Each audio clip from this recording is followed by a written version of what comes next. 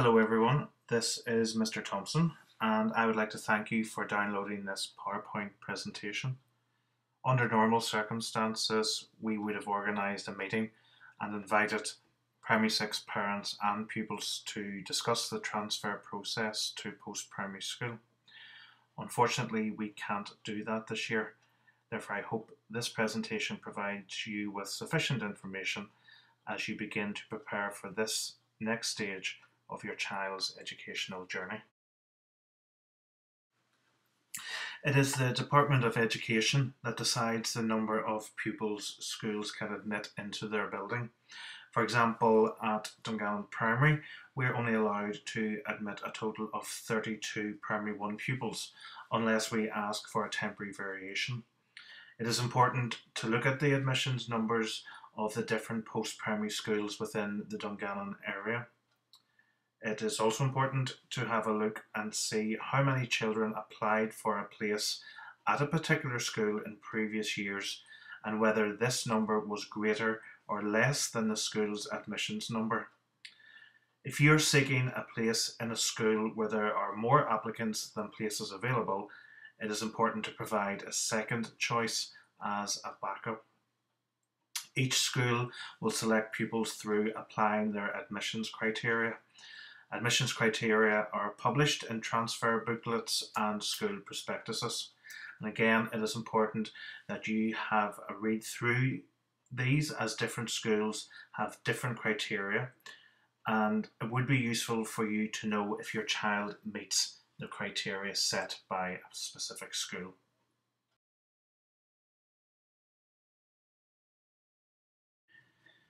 So what is the timetable for the transfer to post-primary school? Again, this is a fluid situation at present and times and dates are subject to change. Now, if changes to the information I provide you with today are changed, of course, I will update you with revised dates. Transfer booklets are made available to schools from January 2021. All post-primary schools will hold an open afternoon or evening, and I would encourage you to attend these events as it provides you with an opportunity to meet staff and pupils and to discuss with the teachers any issues or concerns you may have. These open nights usually take place during December through to February. Keep checking the local press for details closer to the time, and when the information becomes available to me again, I will forward this information to you. In February 2021, I will invite all Primary 7 parents to complete the transfer form. This may be an online form or may indeed still be a hard copy. Once this form has been submitted, you will have the long wait until the mid or end of May 2021 before you hear which school is offering a Year 8 place for your child. You and your child may already be discussing which school they hope to attend in September 2021. It is important for you to consider which school would suit him or her best, and it is important for you to reflect upon your child's aptitudes. Consider how independent your child is as a learner. Is their learning style more of a practical nature? All of our post-primary schools within the Dungannon area have something different to offer. Therefore, it is important that you take time to carefully match your child to a particular school. Some schools may also have additional school fees, and it's important for you to find out how much these are. And finally, it will be important to consider transport and travel time. You should find out if there is a bus route available from your home to a particular school, and indeed if buses run at times that allow your child to attend after school clubs. When looking at the admissions criteria, it is important for you to check whether or not your child would be required to sit an entrance test. Your child must sit an entrance test if they're thinking about applying for a place at a grammar school. However, if your child has a statement of educational needs, but has the ability and capacity to attend a grammar school, they may not be required to sit these tests. So if you would like your child to attend the Royal School Dungannon, they would be required to complete and sit the AQE tests. However, if you would like your child to attend St Patrick's Academy or St Joseph's in Donaghmore, they would be required to sit the GL, the Post-Primary Consortium test. As mentioned earlier, I will invite Primary 7 parents to complete the transfer form in February 2021. If the form is to be completed online, it is important that you create your own email account and bring this information with you to that meeting. You're also encouraged to provide a list of at least 4 post-primary schools. And if you're seeking a place in a grammar school, it is important to include at least one other category of school.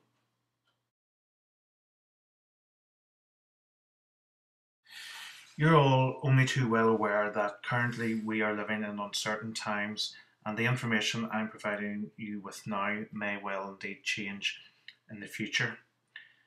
AQE registration runs for quite a considerable period of time, and it doesn't work on a first come, first served basis.